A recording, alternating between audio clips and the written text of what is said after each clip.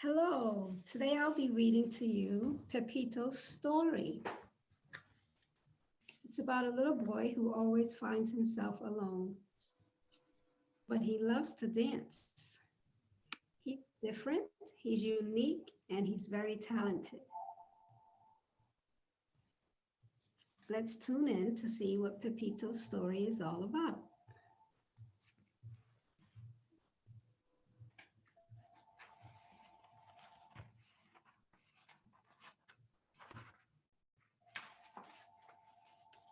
Padingo was a little fishing town right by the sea.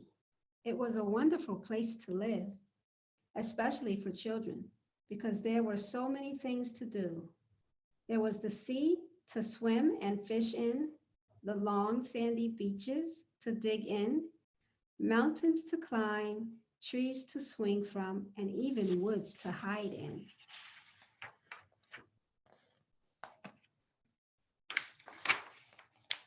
So most of the children of Pandingo spent their time swimming, fishing, and playing games, all except one little boy named Pepito. He was different. There was only one thing he really liked to do, and that was to dance.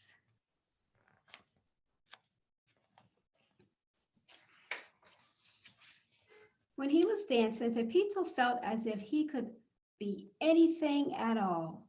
He could be a king or a clown, a lion or a mouse, or a pirate with gold rings in his ears. He could be a seagull in flight or a blade of grass or the wind itself when it blows on the sea. There was nothing he couldn't be when he was dancing.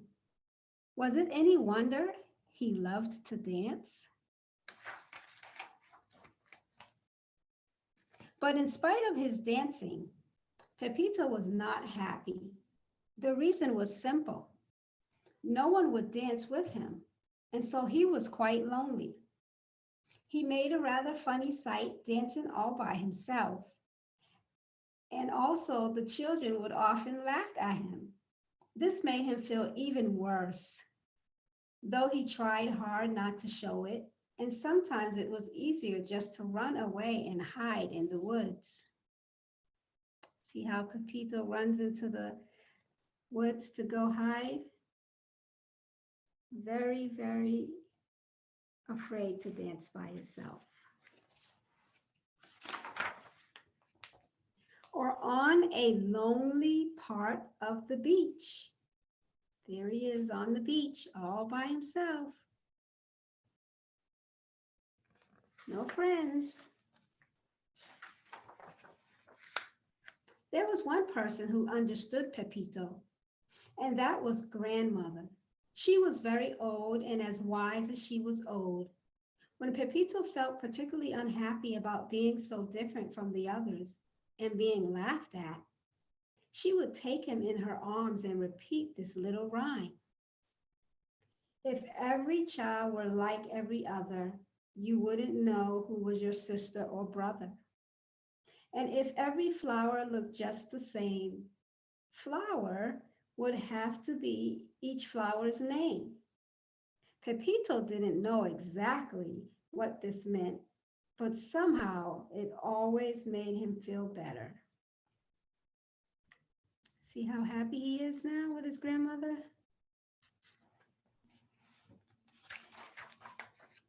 High on a hill in Pandigo, there lived a very rich man named Don Esquerdro and his only daughter, Estrelita. Besides being a very rich man, Don Esquerdro had just been made Lord Mayor of Pandigo, and he was very pleased with himself. He thought nothing too good for himself or for Estrelita, whom he loved with all his heart.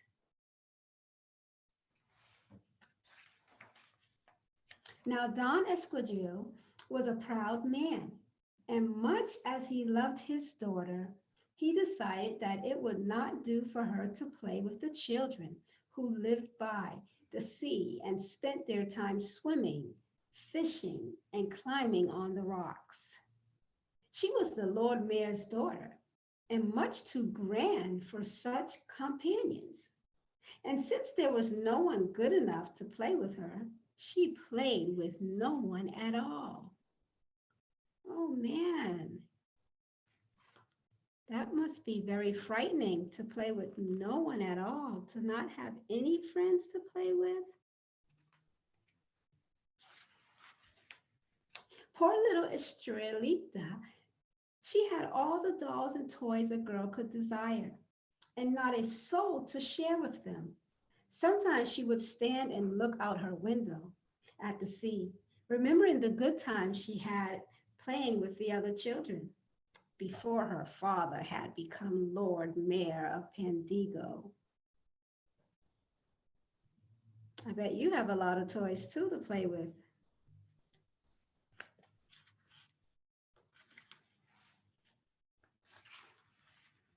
Day after day went by until she became quite ill and had to be put to bed. Don Esquadrille called in all sorts of doctors, but none of them could tell what the matter was, so all their remedies failed. The poor child grew thinner and weaker by the day. At last, her father asked if there was anything at all he could do to make her feel better. Estrelita replied, "Yes, Father, I would like to see my friends, the children who live by the sea." See, she's very ill right now.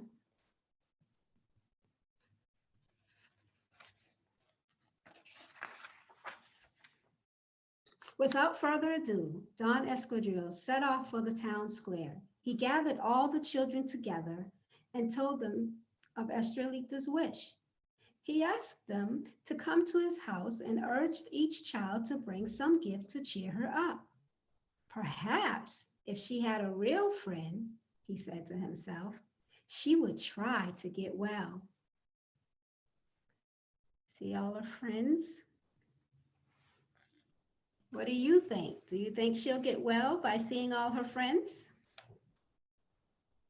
The children scurried off in all directions in search of presents. They loved Estrelita, and each child hoped that his gift would be the only one to make her raise her head and smile. Only Pepito stood there uncertainly, wondering what to do. What do you think Pepito's going to do? What will be his gift? Pepito and his grandmother were very poor, and the boy could think of nothing he could give Estrelita. As he trudged sadly home, Pepito remembered that he had a special reason for loving Estrelita. Of all the children in Pandigo, she alone had never made fun of him dancing. It's not nice to make fun of people, right? Makes them feel very sad. And it's not very welcoming. If only he could think of some way to help her. He thought, and when he could think no more, he started to cry. Oh. When his grandmother heard what was the matter, she said, "No doll or toy will make Estrelita well.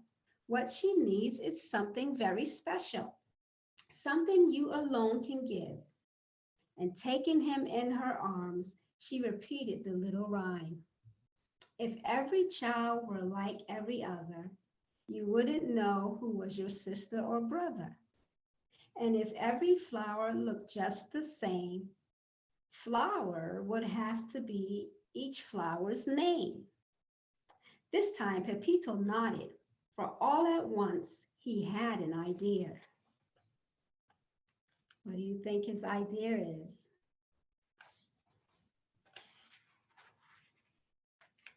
Drying his eyes and standing up tall, Pepito marched up the hill that led to the home of Don Esquadrille.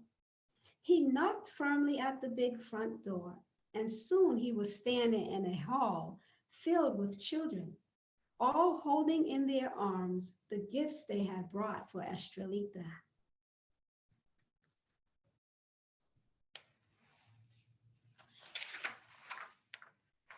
One by one, the children tiptoed into Estrelita's bedroom and presented their gifts. Estrelita thanked them all very nicely, and they tiptoed quietly out. Don Escudero watched her face hopefully, but it was as sad and pale as ever. Oh, she's still not happy. All those toys, it's not making her happy.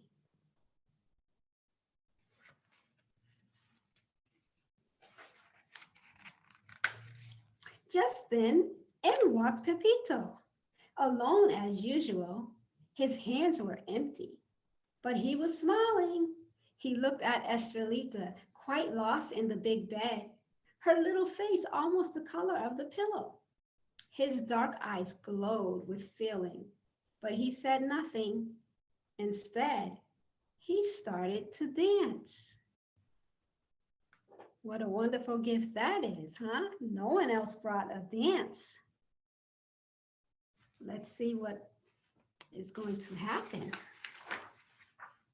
Pepito danced as he had never danced before.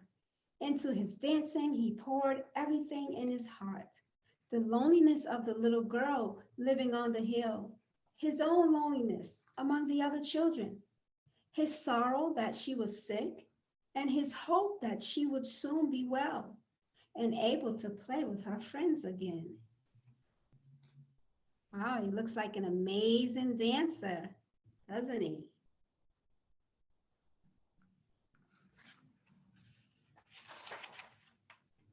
As he danced, a strange thing happened. Estrelita began to smile. At first, only with her eyes, but soon it was with her whole face. All of a sudden, she laughed, clapped her hands, and sat up in bed. Wow. What a gift his dancing was, huh? It really cheered her up. A moment later, she had thrown back the cover and jumped to the floor. No sooner was she on her feet than she began to dance with Pepito. Don Escudero rubbed his eyes, but when he saw that it was really true, that his beloved daughter was well again, he was so overjoyed that he joined hands with the two children and began to dance himself. Wow.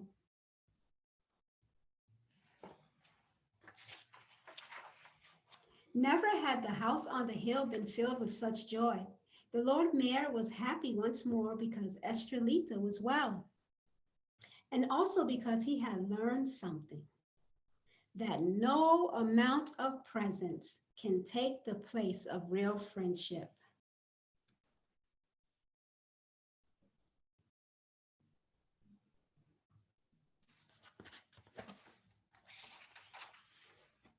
From that night on, Estrelita could play with anyone she liked, and she was never lonely or sick again. She spent long days by the sea with her many friends, but most of all, with her special friend, Pepito. As for Pepito, well, what do you think happened with Pepito? Did he run off into the woods again? He was happiest of all, for he had learned that his dancing could bring people joy. He knew that each one of us has something all his own to give to the world. And at last he understood what his grandmother's little rhyme meant. If every child were like every other, you wouldn't know who was your sister or brother. And if every flower looked just the same, flower would have to be each flower's name. And he thought to himself, how dull that would be. I'm glad I'm a dancer. I'm glad to be me.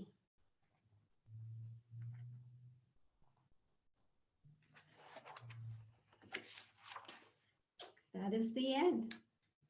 The moral of this story is that you should never be afraid to be you. You have a lot to offer to another girl or boy, and you have a lot to offer to the world. There's no one as unique as you. You are special and you matter. Perhaps when searching for a gift, maybe you are the gift. Present yourself and be like Pepito. Bye.